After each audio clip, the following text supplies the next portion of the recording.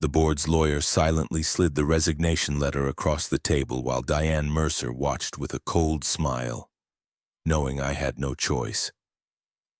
My sealed juvenile record lay between us, a weapon they were using to force me to destroy my own career and betray the kids I'd dedicated my life to protecting.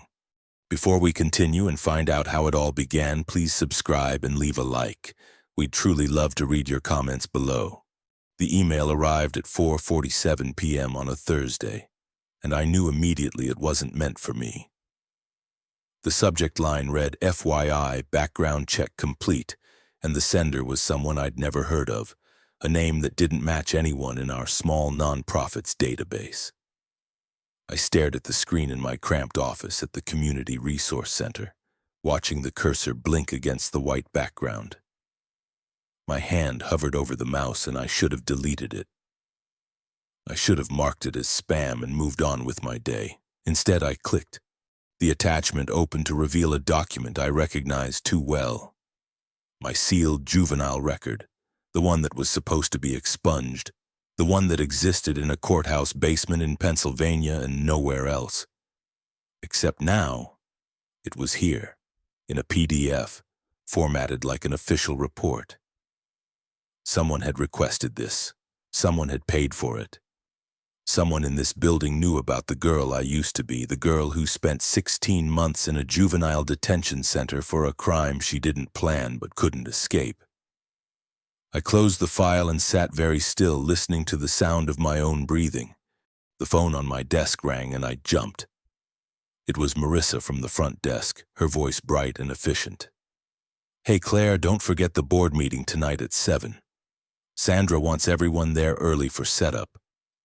I told her I'd be there and hung up. Sandra Chen was the executive director, the woman who'd hired me 3 years ago to run the youth mentorship program. She was also the person whose email address I'd just seen CC'd on that background check report. My stomach turned over. I looked around my office at the wall covered with photos of the kids I mentored, at the stack of college application essays I was helping them edit, at the coffee mug that said, "Making a difference one day at a time." Everything I'd built here felt suddenly fragile, like it could collapse with one word, one conversation, one decision made in a closed-door meeting I wouldn't be invited to. I thought about Keisha, the 17-year-old I'd been working with for the past year. She was supposed to meet me tomorrow to go over her scholarship applications. She trusted me because I'd told her I understood what it meant to come from nothing, to fight for a future that felt impossible.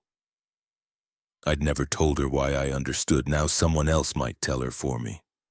The center was emptying out as staff headed home for the evening. I could hear the janitor's cart rattling down the hallway, the distant sound of someone laughing in the break room. I pulled up my email and scrolled back through the past week looking for anything unusual. There was nothing obvious, just the normal stream of meeting requests, program updates, and donor thank you notes I was supposed to draft. But then I saw it, buried in a thread from 10 days ago. A message from Sandra to the board treasurer, forwarded to me by mistake with a single line. Let's discuss the Claire situation before we move forward with the expansion. The Claire situation. I read it 3 times trying to decode what it meant. The expansion was my project, a plan to double our mentorship capacity and bring in funding from the state. I'd spent 6 months writing the grant proposal, building relationships with potential donors, presenting to anyone who would listen. It was supposed to be announced at tonight's board meeting. I was supposed to be celebrated. Instead, there was a situation with my name on it and a background check I wasn't supposed to see. I stood up and walked to the window. Outside, the parking lot was half empty, the October sun low and orange against the strip mall across the street. This was a small city in upstate New York, the kind of place where everyone knew everyone, where reputations were built slowly and destroyed quickly. I'd been careful here. I'd followed every rule, kept my head down, never given anyone a reason to question me. But careful wasn't the same as safe. Careful meant I'd been waiting for this moment, expecting it, dreading it. Now it was here. My phone buzzed with a text from Keisha. "Still on for tomorrow? Got my essay done finally." I typed back a quick yes and set the phone face down on my desk. I couldn't think about her right now. I needed to think about what happened tonight at that board meeting when Sandra looked at me across the conference table and decided whether to say something or stay quiet. I needed a plan. But every plan I could think of required information I didn't have. Who requested the background check? Why now? And most importantly, who else knew? I locked my office door and walked down the hallway toward Sandra's corner office. The lights were still on and I could see her silhouette through the frosted glass bent over her desk. I knocked and she looked up with a smile that didn't quite reach her eyes. "Claire, come in. I was just about to call you." I stepped inside and closed the door behind me. Her office was twice the size of mine, with framed awards on the walls and a view of the parking lot. She gestured to the chair across from her desk and I sat down, folding my hands in my lap to keep them from shaking. "I wanted to touch base before the meeting tonight," Sandra said, her voice carefully neutral. "There's been some discussion among the board members about the expansion project. Some concerns about capacity and sustainability." I nodded, waiting for her to continue. She picked up a pen and clicked it twice, a nervous habit I'd noticed before. "There's also been some questions about background checks for senior staff. It's standard procedure for grant compliance, you understand. Nothing personal." The word personal hung in the air between us.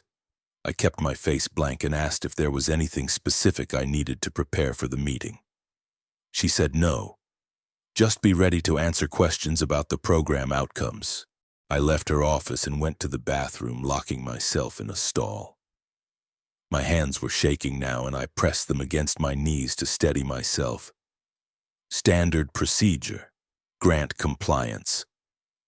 Those were the words Sandra had used, the official language that made everything sound reasonable and inevitable. But I knew what was happening. Someone on the board had requested that background check. Someone who wanted a reason to push me out or keep me small. And Sandra, who I'd thought was my ally, was already distancing herself with bureaucratic phrases and careful smiles.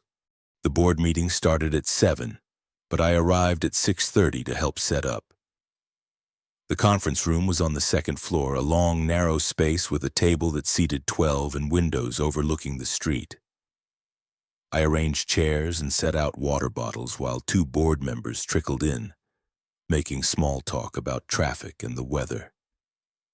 By 7, everyone was there except the board chair, a retired banker named Howard who ran the meetings with the efficiency of someone who considered nonprofit work a hobby. He arrived 5 minutes late, apologized, and called the meeting to order.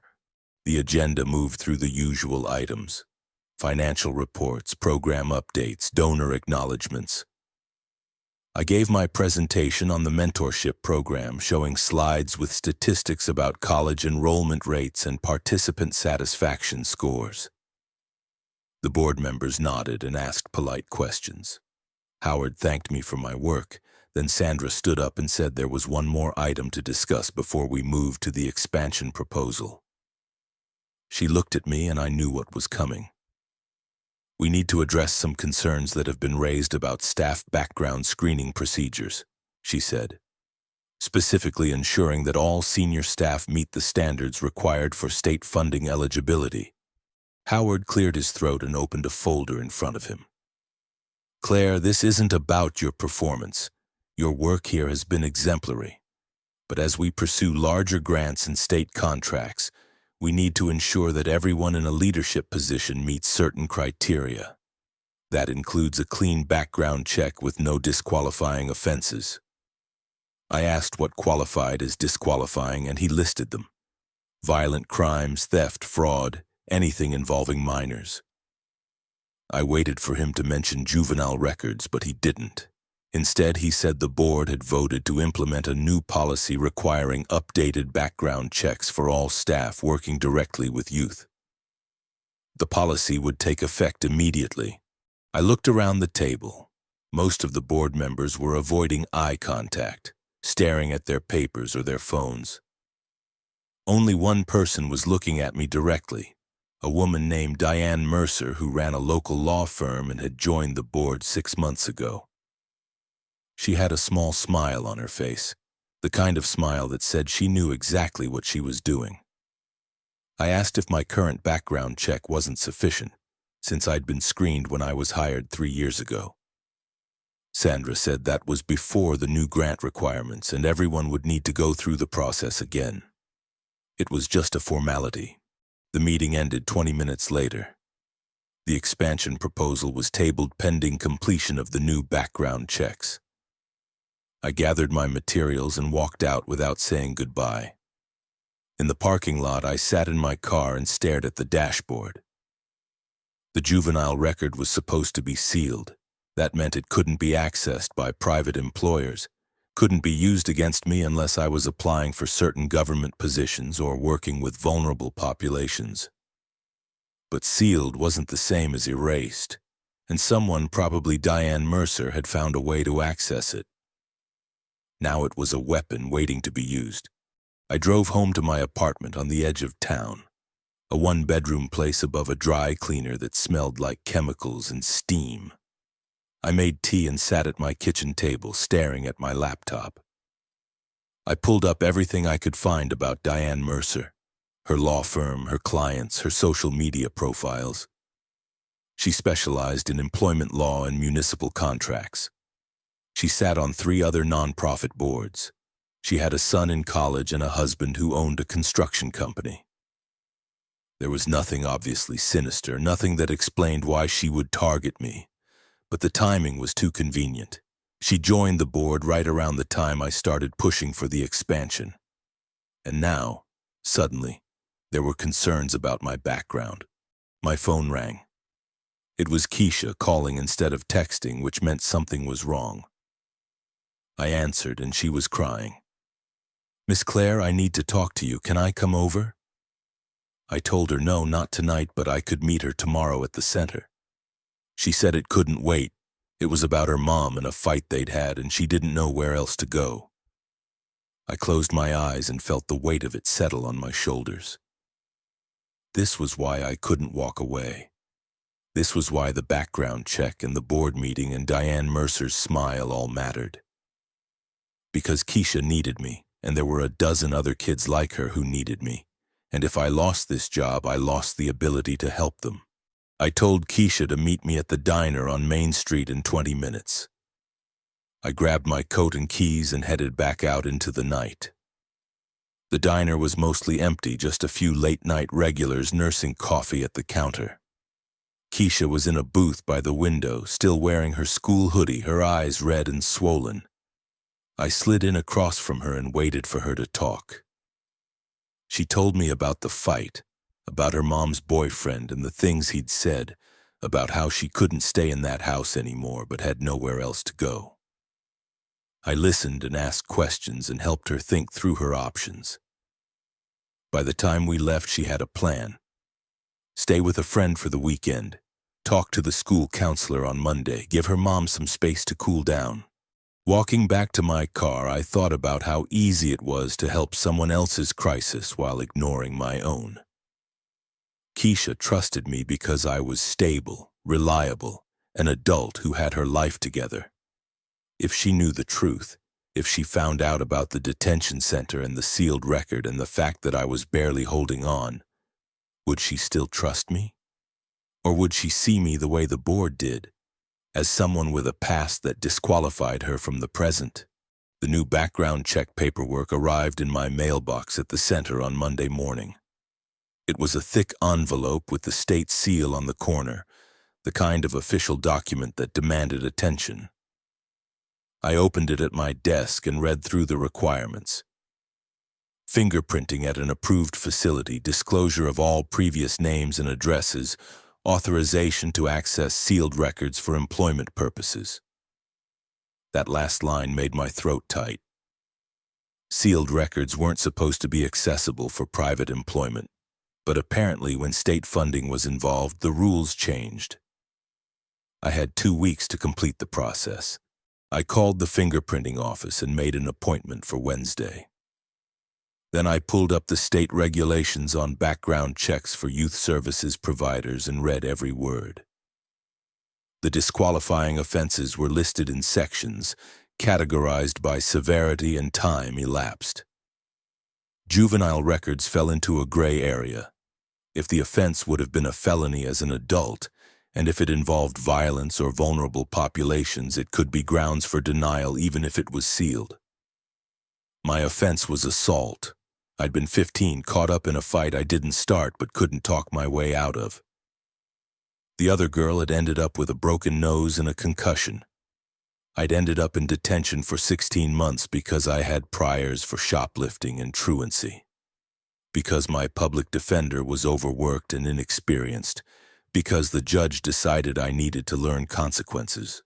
I spent the rest of Monday avoiding Sandra and preparing for my afternoon session with the mentorship group. 6 kids showed up, including Keisha, who seemed calmer than she'd been on Friday night. We worked on college essays and talked about scholarship deadlines. One of the boys, Marcus, asked me how I'd paid for college. I told him the truth, that I'd worked full-time and gone to community college part-time, that it took me 6 years to finish my bachelor's degree. I didn't tell him that I'd done it with a record, that every job application had been a gamble, that I'd learned to be invisible in all the ways that mattered. After the session ended, Keisha hung back. She wanted to know if I'd heard anything about the expansion project, if there would be more funding for college trips and application fees. I told her the board was still reviewing it, that these things took time. She nodded and asked if everything was okay if I seemed stressed. I smiled and said I was fine, just busy. She looked at me like she didn't quite believe it, but she didn't push. That was the thing about kids like Keisha.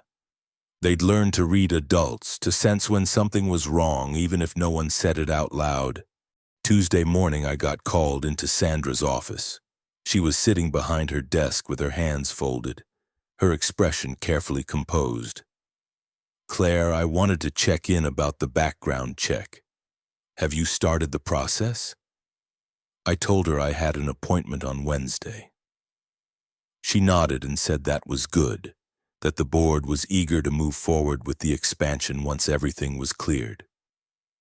Then she paused and asked if there was anything I needed to disclose, anything that might come up in the screening. I looked at her and felt something shift between us. She knew. Maybe not the details, but she knew there was something. And she was giving me a chance to explain it on my own terms. I could have told her then. I could have laid it all out, explained the circumstances, made the case that a juvenile offense from 17 years ago shouldn't define who I was now. But I didn't. Because once I said it out loud, it became real in a way it hadn't been before.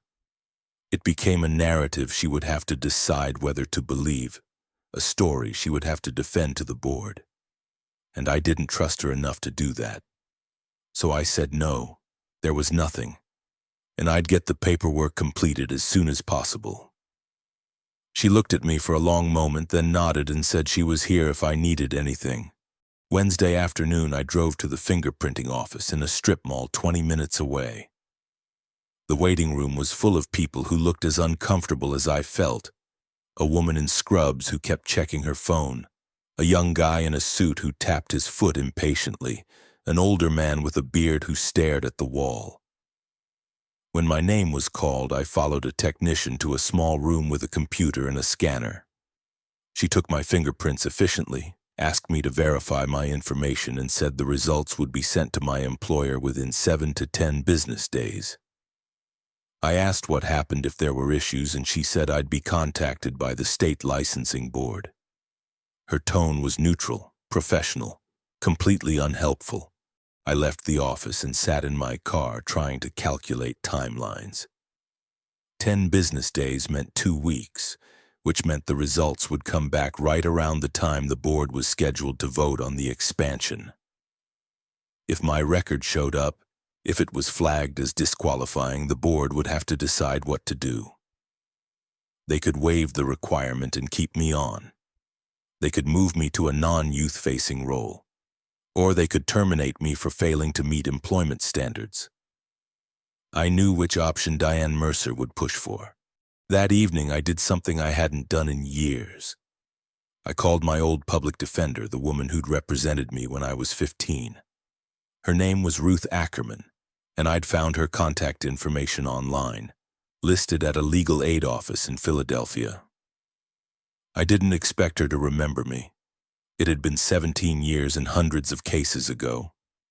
But when I explained who I was and why I was calling, she went quiet for a moment, then said she remembered the case. She asked what I needed. I told her about the background check, about the sealed record and the state funding requirements. I asked if there was any way to ensure the record stayed sealed, if there was legal recourse if it was used against me. She sighed and said sealed records were tricky. In theory, they couldn't be used for private employment decisions. In practice, once information was out there, it was hard to control how it was used. She suggested I consult with an employment lawyer in New York, someone who specialized in discrimination cases. She also said I should be prepared for the possibility that the record wouldn't disqualify me automatically, that I might have a chance to explain the circumstances. But she was honest.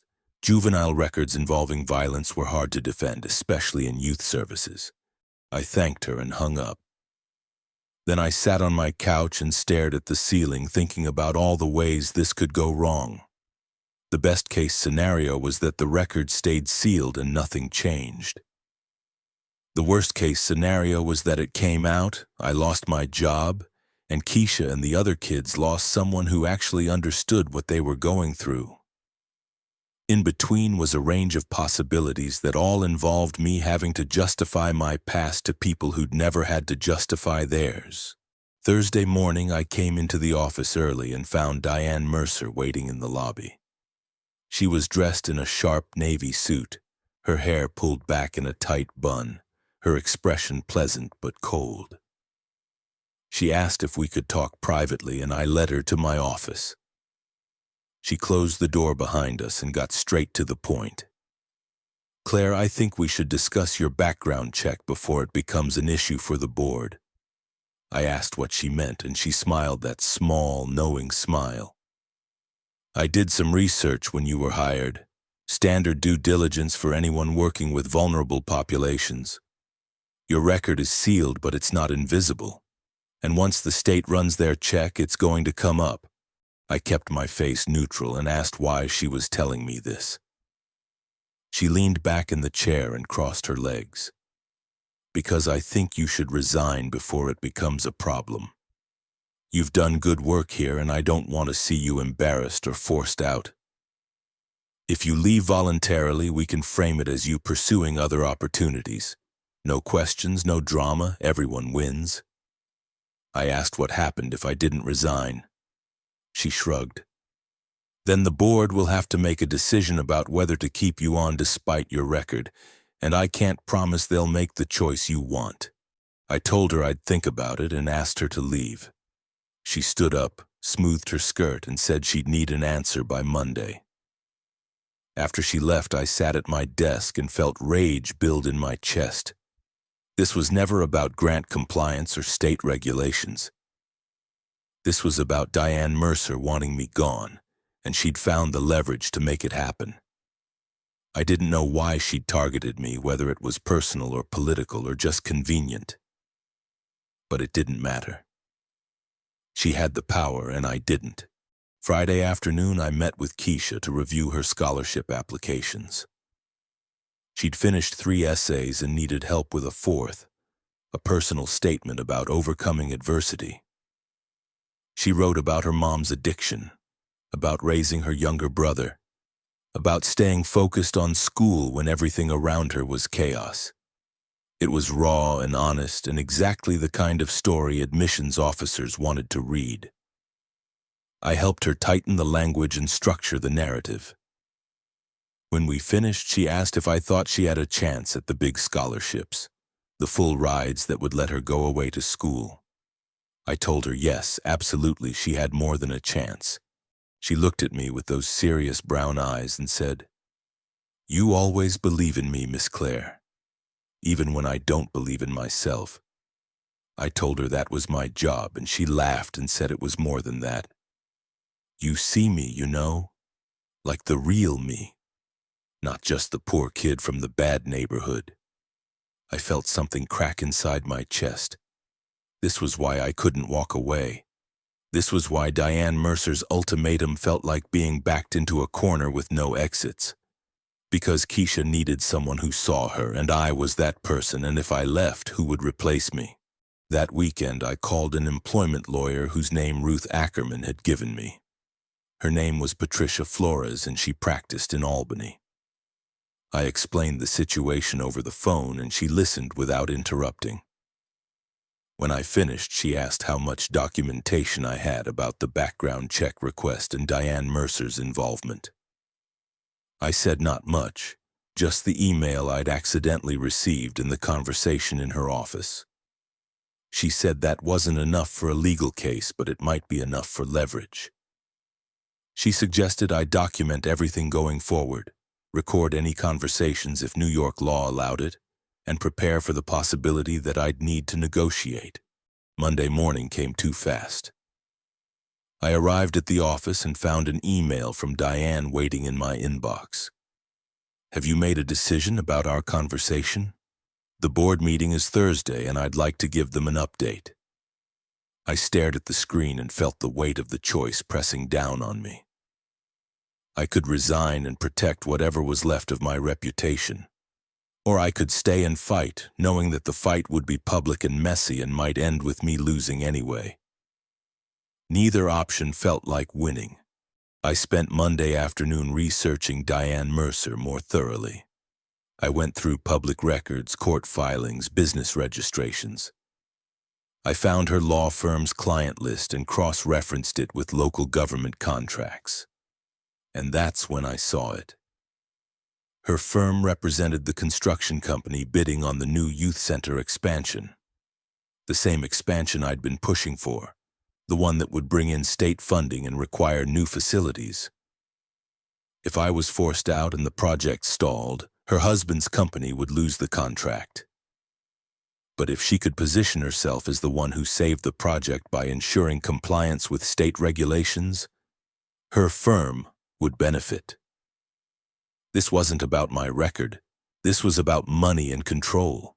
I printed out everything I found and put it in a folder. Then I walked to Sandra's office and knocked. She looked up, surprised to see me. I closed the door and laid the folder on her desk. "We need to talk about Diane Mercer," I said. Sandra frowned and asked what I meant. I explained what I'd found about the construction contract and the conflict of interest, about how Diane had used my background as a way to push me out and control the expansion project. Sandra listened, her expression growing darker. When I finished, she asked if I had proof of a direct connection. I admitted I didn't, just circumstantial evidence. She closed the folder and looked at me. "Claire, do you have something in your background that would disqualify you from this position?" I met her eyes and made a choice.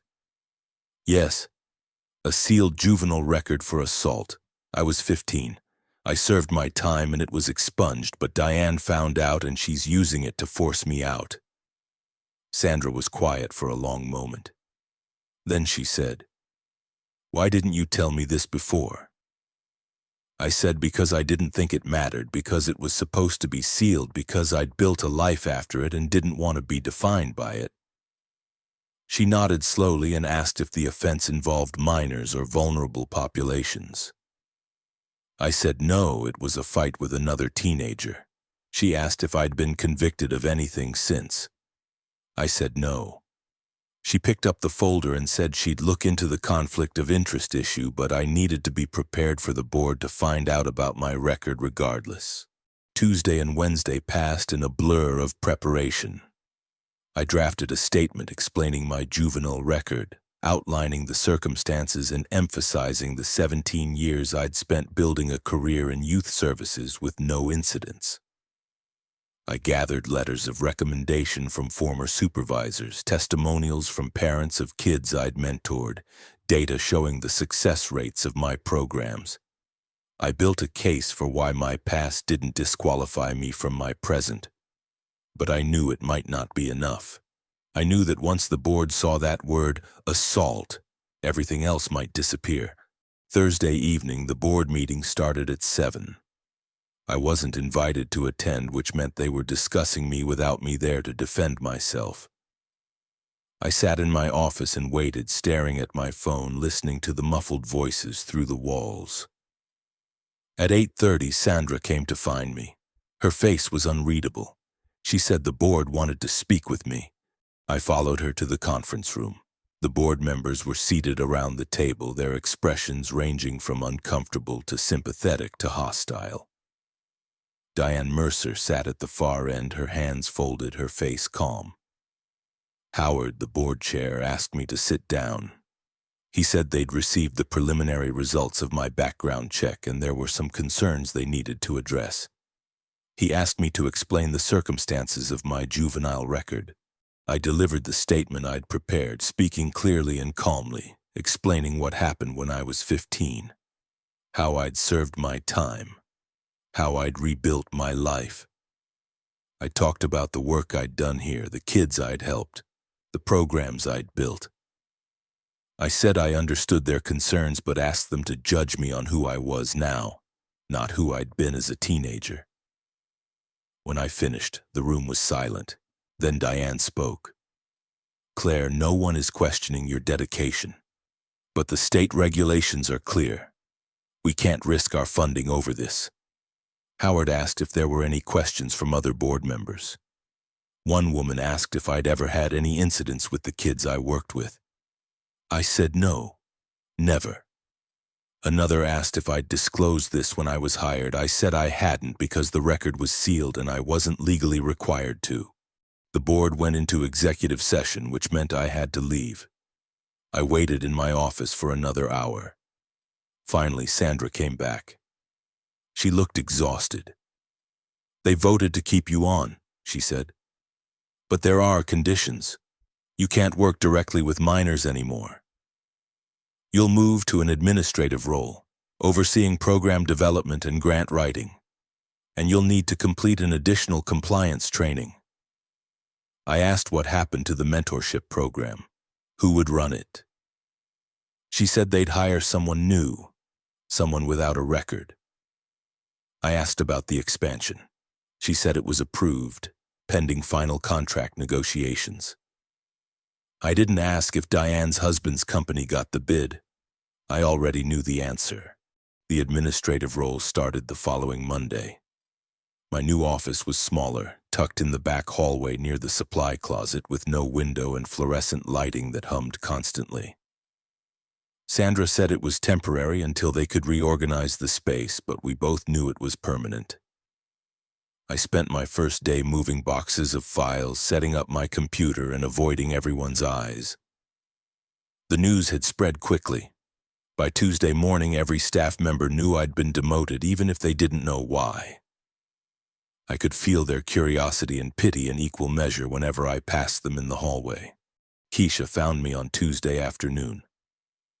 I was in the break room making coffee when she walked in, her backpack slung over one shoulder, her expression confused and hurt. "Miss Claire, why weren't you at the mentorship session yesterday? Marcus said you're not running the program anymore." I told her there had been some organizational changes, that I was moving to a different role, but I'd still be around. She asked who was taking over the program. I said they were interviewing candidates. She stared at me like I'd slapped her. "You're not going to be my mentor anymore?" I wanted to tell her the truth, that I'd been forced out because of something that happened when I wasn't much older than she was now. that the system had decided my past made me dangerous despite 17 years of evidence to the contrary. Instead, I said the new person would be great, that she'd be in good hands. She shook her head and her voice got tight. I don't want a new person. I want you. You're the only one who gets it. I put down my coffee and tried to find words that wouldn't break her more than she was already breaking. Keisha, sometimes things change in ways we can't control, but that doesn't mean I don't care about you or believe in you. I'm still here if you need advice or help with applications. She wiped her eyes with the back of her hand. It's not the same. You know it's not the same. Then she left and I stood alone in the break room feeling like I'd failed her in the worst possible way. The rest of the week was spent on grant applications and compliance paperwork, tasks that kept me at my desk and away from the kids. I wrote reports about program outcomes and drafted proposals for new funding streams.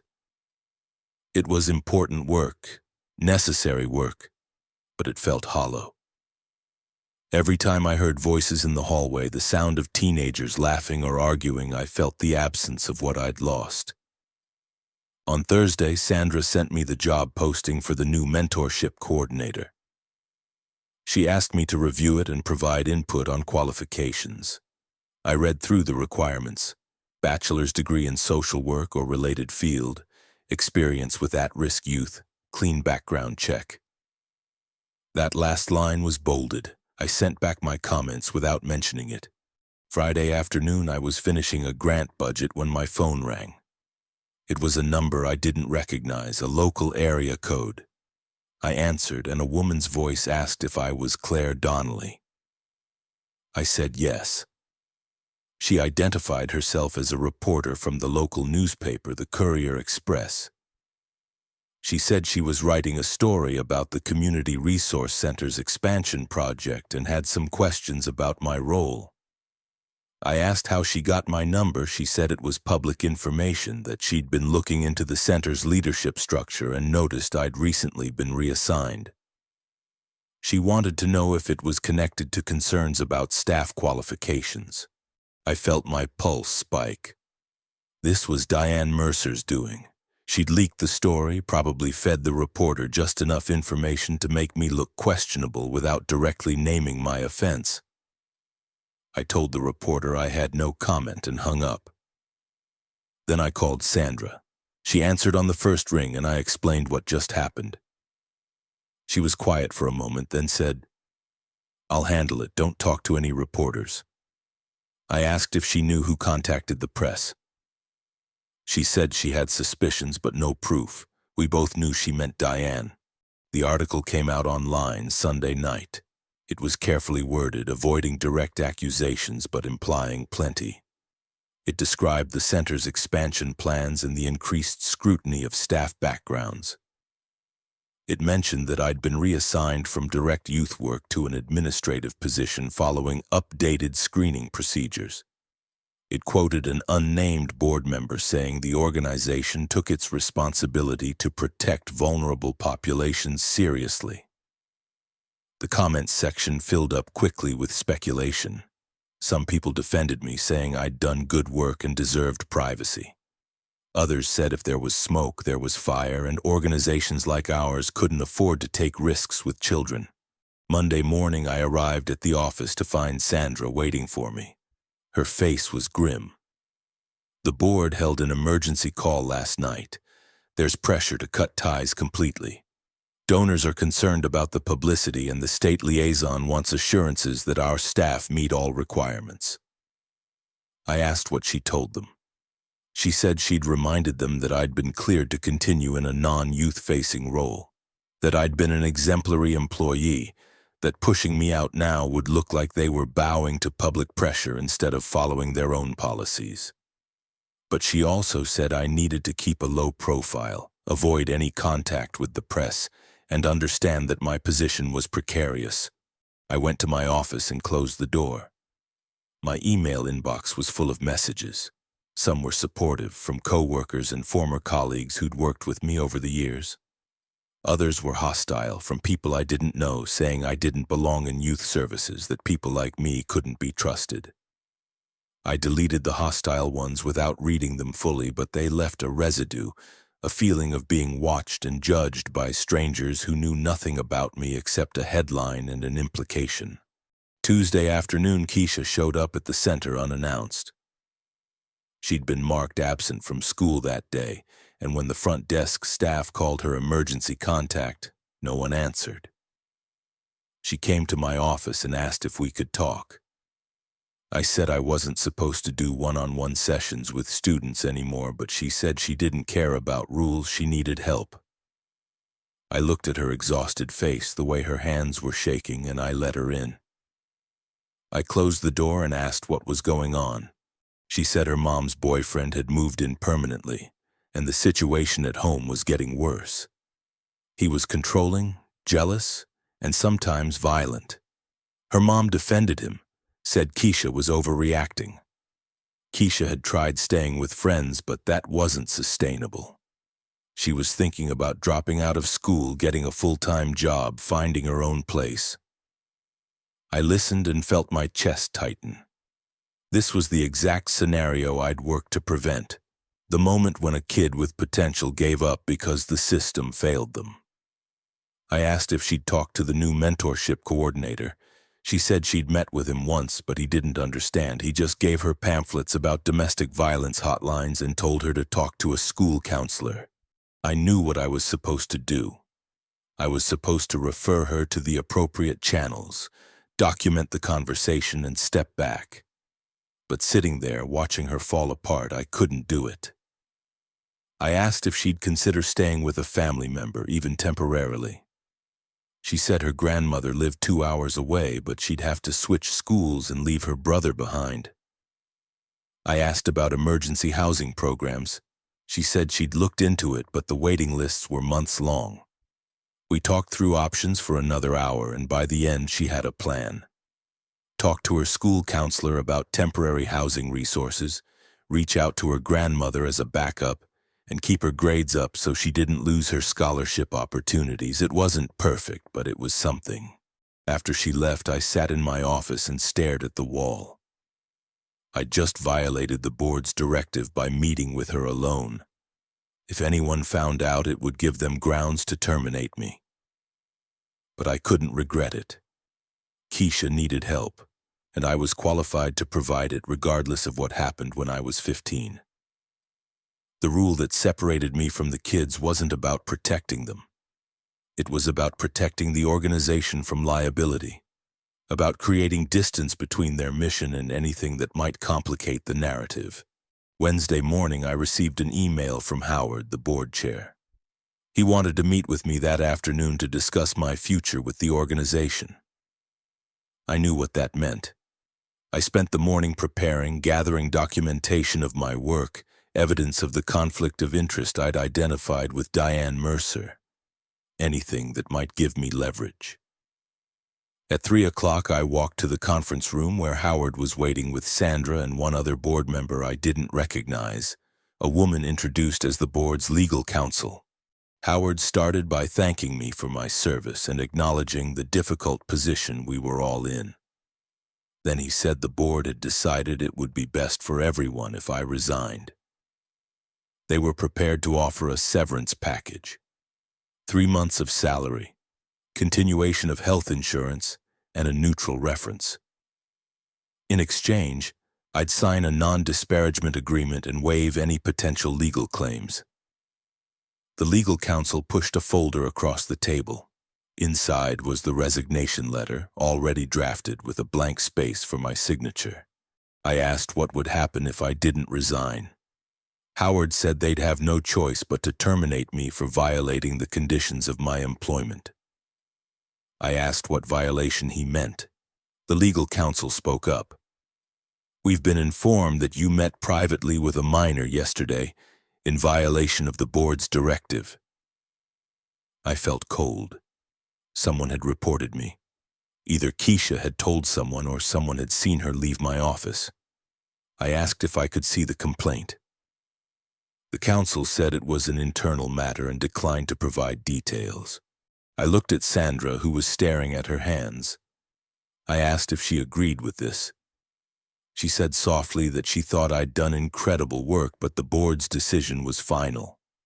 I turned back to Howard and said I'd found evidence that Diane Mercer had a financial conflict of interest regarding the expansion project, that her actions toward me were motivated by profit, not policy. Howard said the board had reviewed those allegations and found them unsubstantiated. Diane had recused herself from votes related to her husband's company, and there was no evidence of impropriety. I asked if they'd interviewed her about the background check she'd run on me before it was officially requested. He said that was part of her due diligence as a board member, perfectly appropriate. I realized then that I'd already lost. The board had decided I was the problem, and nothing I said would change their minds. The legal counsel said I had until Friday to sign the agreement. If I didn't, they'd proceed with termination and I'd receive nothing.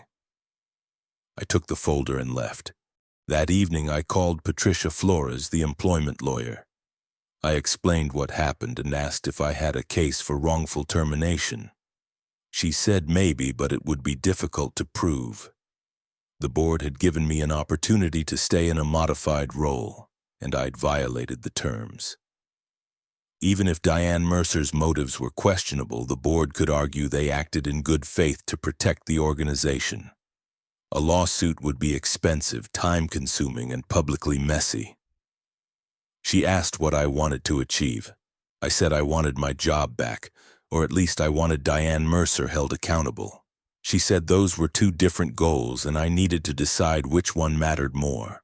I spent Thursday thinking. I thought about Keisha, who I'd failed despite my best intentions. I thought about the other kids in the program who deserved mentors who weren't looking over their shoulders, afraid of their own pasts. I thought about Sandra, who'd tried to protect me until it became too costly. And I thought about Diane Mercer, who'd weaponized my record to protect her financial interests, who'd won because she understood how to play the game better than I did. Friday morning, I went to the center early before anyone else arrived. I packed up my office, putting books and files into boxes, taking down the photos of kids I'd worked with over the years. I left everything on my desk except one thing, the folder with evidence of Diane's conflict of interest. I made copies of everything and mailed one set to the state ethics board, another to the newspaper reporter who'd called me the week before, and a third to Howard with a note explaining exactly what I'd found and why it mattered. Then I signed the resignation letter and left it on Sandra's desk. I didn't say goodbye to anyone. I carried my boxes to my car and drove away, watching the center disappear in my rearview mirror. I didn't know if the evidence I'd sent would make a difference. I didn't know if anyone would care that a board member had manipulated the system for personal gain. But I knew I couldn't stay silent, couldn't let them erase me without leaving a mark. I'd lost the job, but I hadn't lost everything. Not yet. The severance money lasted 2 months. I spent the first week after resigning in my apartment, barely leaving except to buy groceries. I ignored calls from former co-workers who wanted to know what happened. I ignored emails from Keisha asking why I'd disappeared. I told myself I needed time to process, to figure out my next move, but really I was just hiding. The weight of failure sat heavy on my chest, making it hard to breathe, hard to think about anything except what I'd lost. By the 3rd week, I forced myself to start looking for work. I applied to other nonprofits, to social service agencies, to anything that might use my skills. Most applications asked about gaps in employment and reasons for leaving previous positions. I wrote careful answers that skirted the truth without lying outright, but every application required references, and every reference check would lead back to the Community Resource Center, to Sandra or Howard or someone else who knew why I'd really left. The responses came back slowly, then stopped coming at all. No one wanted to hire someone with a sealed juvenile record that wasn't sealed anymore, someone whose name had been in the newspaper connected to vague implications of unsuitability for youth work. In the fourth week, the state ethics board sent me a letter. They'd received my complaint about Diane Mercer and conducted a preliminary review. They found no evidence of wrongdoing. Diane had properly recused herself from votes where her husband's company was involved. The background check she'd requested on me was within her authority as a board member conducting due diligence. The letter was polite and formal and made it clear the matter was closed. I crumpled it up and threw it across my apartment. The newspaper never ran a follow-up story. I called the reporter who'd contacted me before and asked if she'd received the information I'd sent. She said she had, but her editor didn't think there was enough there for a story. Conflicts of interest were common in small nonprofits, and without evidence of direct financial benefit or explicit wrongdoing, it was just politics. She said she was sorry, that she knew it wasn't the outcome I'd hoped for. I thanked her and hung up, feeling the last thread of hope snap. By the end of the second month, I was applying for jobs outside my field. Retail positions, administrative assistant roles, anything that would pay rent and didn't require references from the past 5 years. I got called for an interview at an insurance company, a data entry position with no client contact. The interviewer was a tired woman in her 50s who asked why I was leaving nonprofit work. I said I needed a change, wanted more stability. She nodded like she'd heard it before and said they'd let me know. 2 days later, I got a rejection email. No explanation, just a form letter thanking me for my interest. I started running out of money. I cut expenses everywhere I could, canceled subscriptions, stopped buying anything that wasn't essential. I called my landlord and asked about payment plans. He said he'd work with me for 1 month, but after that I needed to be current or find somewhere else to live. I looked at my savings account and did the math. I had enough for maybe 6 more weeks if I was careful. After that, I'd be applying for the same emergency housing programs I used to help my kids access. One afternoon in early December, I was at the grocery store buying the cheapest food I could find when I ran into Marcus. He was one of the kids from my mentorship group, a quiet boy with a gift for math who'd been planning to apply to engineering programs. He saw me and his face lit up. "Miss Claire, where have you been? Everyone's been asking about you." I said I'd left the center, that I was working on other things now. He asked if I was coming back, said the new coordinator was okay but not like me. I told him I wasn't coming back, but I was proud of him and knew he'd do great things. He looked confused and a little hurt, but he didn't push. We said goodbye and I watched him walk away, feeling like I'd abandoned him. That night, Keisha called. I'd been avoiding her messages for weeks, but this time I answered. She was crying. "Miss Claire, I needed you and you just disappeared. What happened? Did I do something wrong?" I told her no, she didn't do anything wrong, that I'd had to leave the center for reasons I couldn't explain. She said her situation at home had gotten worse, that she'd moved in with her grandmother 2 hours away and switched schools. She was trying to keep up with her college applications, but it was hard without support, without someone who believed in her. I listened and felt my throat tighten. I told her I still believed in her, that she was strong and capable and going to succeed. She said it didn't feel like I believed in her if I couldn't even tell her why I left. I made a decision then. I told her the truth. I told her about my juvenile record, about the fight when I was 15, about how Diane Mercer had used it to push me out. I told her about the board meeting and the conditions they'd placed on me and the resignation they'd forced. I told her I'd violated their rules by meeting with her privately because she'd needed help and I couldn't turn her away. When I finished, she was quiet for a long time. Then she said, "So they fired you because of something that happened when you were my age? That's messed up." I said yes, it was messed up, but it was also reality. She asked if I regretted helping her. I said no, never. She told me she was applying to a scholarship program that required a personal essay about a mentor who'd changed her life. She wanted to write about me. I said she should write about someone who could actually support her application, someone whose name wouldn't hurt her chances. She said she didn't care, that I was the person who'd changed her life and she wasn't going to pretend otherwise. We talked for another hour, and by the end I felt something shift. I'd spent weeks feeling like a failure, but Keisha didn't see me that way. She saw someone who'd fought for her even when it cost everything. Maybe that mattered more than I'd thought. The next day I started making calls. I contacted other mentors I'd worked with over the years, people at different organizations who knew my work.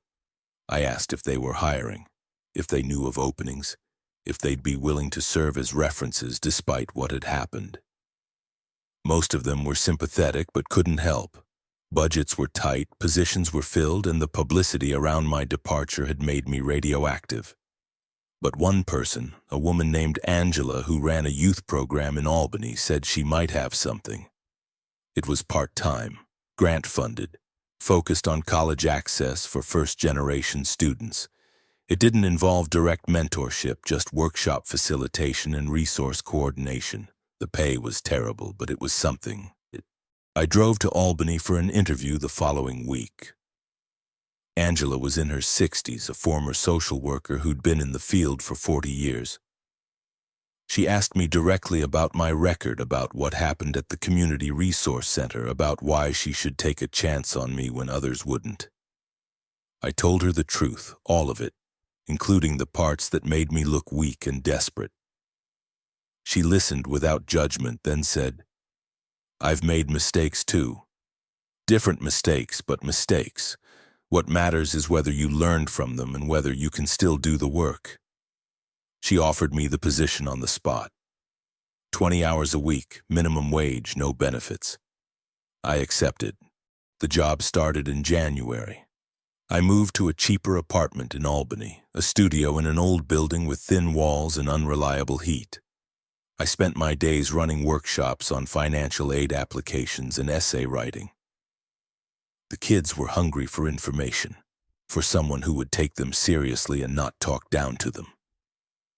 I couldn't be their mentor in the official sense, couldn't meet with them one-on-one or build the kind of relationships I'd had before.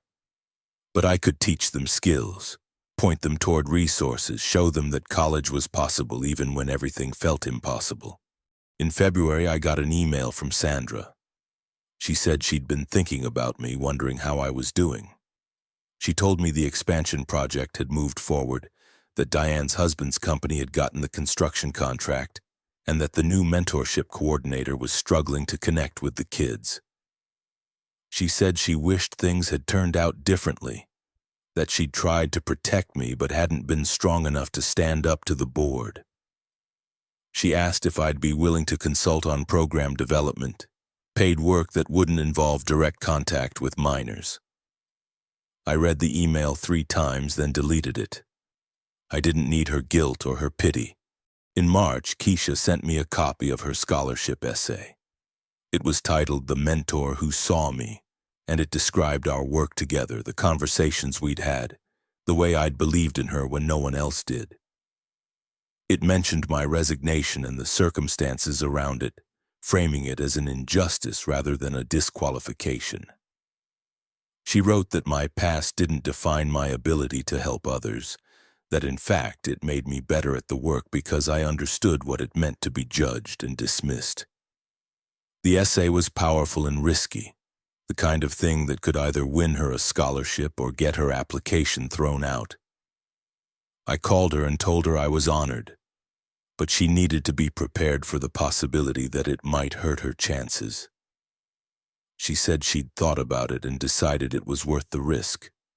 She said someone needed to tell the truth about how the system treated people with records, and if it cost her a scholarship, at least she'd said something that mattered. In April, Keisha won the scholarship. It was a full ride to a state university 3 hours away, covering tuition, room, board, and books. She called me crying, saying she couldn't believe it, that the essay had worked, that the selection committee had told her it was one of the most honest and compelling personal statements they'd read. I congratulated her and felt pride mixed with something more complicated. She'd succeeded despite what happened to me, or maybe because of it. She'd turned my failure into part of her story, and it had opened a door for her that might have stayed closed otherwise. In May, I got a call from Patricia Flores, the employment lawyer. She said she'd been contacted by 2 other former employees of the Community Resource Center, both women who'd been pushed out under similar circumstances. One had a DUI from 10 years ago. The other had filed for bankruptcy. Both had been reassigned to non-public-facing roles after Diane Mercer joined the board, and both had eventually resigned under pressure. Patricia thought there might be a pattern, a case for discrimination or wrongful termination if the 3 of us were willing to pursue it together. She said it would still be difficult, still expensive, but having multiple complainants strengthened the case significantly. I met with the other 2 women at a coffee shop in Albany. We shared our stories, finding echoes and overlaps.